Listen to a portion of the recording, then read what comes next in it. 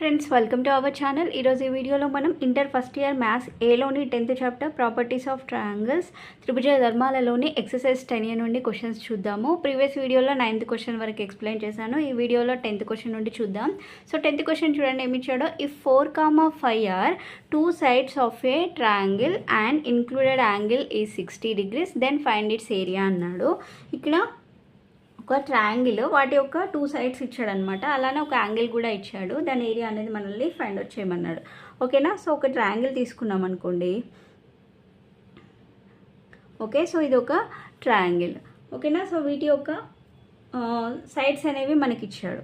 ఓకేనా. సో ఇది 4 తీసుకుందాం, ఇది 5 అనే సైడ్ తీసుకుందాం. ఓకేనా. సో ఇక్కడ ఏబిసి అనే ట్రయాంగిల్. ఇక్కడ 4, 5 are two sides of a triangle and included angle is 60 degrees అన్నాడు.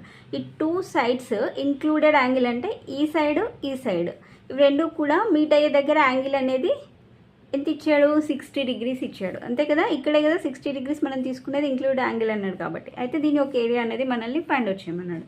సో ఇక్కడ ఇది ఏ, ఇది బి అవుతుంది. అంతే కదా. ఏకి ఆపోజిట్ ఉండేది ఏ అవుతుంది, బీకి ఆపోజిట్ ఉండేది స్మాల్ బి అంటే సైడ్ అనమాట. సో ఇక్కడ A is equal to 4 centimeters, B is equal to 5. Okay. So ఇక్కడ అలానే యాంగిల్ సి ఈక్వల్ టు ఎంత? 60 degrees.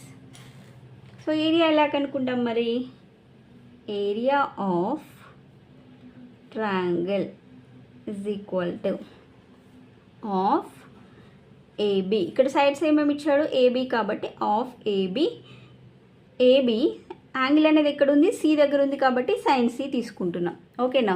సైడ్స్ వచ్చేసి ఏబి ఇచ్చారు, అలానే యాంగిల్ సి ఇచ్చారు కాబట్టి డెల్టా ఈక్వల్ టు అంటే area of triangle equal to half AB sine C తీసుకుంటున్నాం. సో ఆఫ్ ఏబి అంటే ఏ ఈజ్ ఈక్వల్ టు ఎంత? 4, బి ఈజ్ ఈక్వల్ టు ఎంత? 5. నెక్స్ట్ సైన్ సి అంటే యాంగిల్ ఎంత? 60 degrees కదా. Sign 60 equal to 1/2 1s 2 2s 4, 5 into 2 అంటే 10 అవుతుంది. 10 sin 60 degrees. 10 into sin 60 value తెలుసు మనకి ఎంత? √3/2. 2 1s 2 5s 10. So that equal 5√3 వచ్చింది. సో త్రిభుజ area of triangle equal to 5√3 square units. ఓకేనా. సో నెక్స్ట్ 11th క్వశ్చన్ చూడండి. Show that b cos square c/2 plus c cos square b/2 ఈక్వల్ టు s అని ప్రూవ్ చేయమన్నాడు. సో ఇక్కడ మనం ఎల్హెచ్ఎస్ పార్ట్ తీసుకొని సో దాని నుండి ఆర్హెచ్ఎస్ అనేది ప్రూవ్ చేద్దాము. సో ఎల్హెచ్ఎస్ అనేది ఏమి ఇచ్చారు? b cos square c/2 plus c cos square b/2. So ఇక్కడ b into cos square c/2. cos square c/2 value మనకి తెలుసు కదా. So cos c/2 equal to ఏంటి? cos c/2 equal to root of S into S minus C by AB. అంతేనా. cos c/2 equal to ఏంటి? Root of S into S minus C by AB. cos b/2 కూడా తెలుసు మనకి. ఏంటది? Root of S into S minus B by AC. అంతే కదా. So ఇక్కడ square ఉంది కాబట్టి స్క్వైర్ ఉందనుకోండి. స్క్వైర్ అంటే దీనికి రూట్కి హోల్ స్క్వేర్ తీసుకుంటాం. అంతే కదా. అంటే అప్పుడు స్క్వేర్ రూట్ క్యాన్సిల్ అయిపోయి cos square c/2 ఈక్వల్ టు ఏమవుతుంది? రూట్ అనేది క్యాన్సిల్ అయిపోతుంది. అంటే S into S minus C by AB వస్తుంది plus C into S minus B by AC వస్తుంది. అంతే కదా. ఓకేనా. సో నెక్స్ట్ ఇక్కడ బి క్యాన్సిల్ అయిపోతుంది, ఇక్కడ సిసి క్యాన్సిల్ అయిపోతుంది. So 1/a S into S minus C plus 1/a S into S minus B. Okay. So దీంట్లో ఎస్/a రెండిట్లలో కూడా ఎస్/a అనేది ఉంది. ఓకే. సో ఎస్/aని కామన్ తీద్దాం. తీసేటప్పుడు ఏమవుతుంది? S minus C plus S minus B ఉంటుంది. ఓకేనా. S minus C plus S minus B. ఎస్/a ఆఫ్ ఎస్ ప్లస్ ఎస్ అంటే ఎంత అవుతుంది? 2s minus C minus B. మనకి 2s ఈక్వల్ టు తెలుసు. 2s ఈక్వల్ టు ఎంత? a plus B plus C కదా. 2s equal to a plus B plus C. So s/a of 2s ప్లస్లో ఏం రాద్దాము? a plus B plus C minus B. So ఇక్కడ plus C minus C cancel అయిపోతుంది, plus B minus B కూడా cancel అయిపోతుంది. ఏం మిగిలింది? s/a ఇంటూ a మిగిలింది. ఓకే. సో ఏ కూడా ఏమవుతుంది? క్యాన్సిల్ అయిపోతుంది. So that equal to S. therefore LHS equal to RHS. Okay, S అనే ప్రూవ్ చేయమన్నారు కదా, so that equal to S వచ్చింది. So next question 12th one చూడండి. ఇఫ్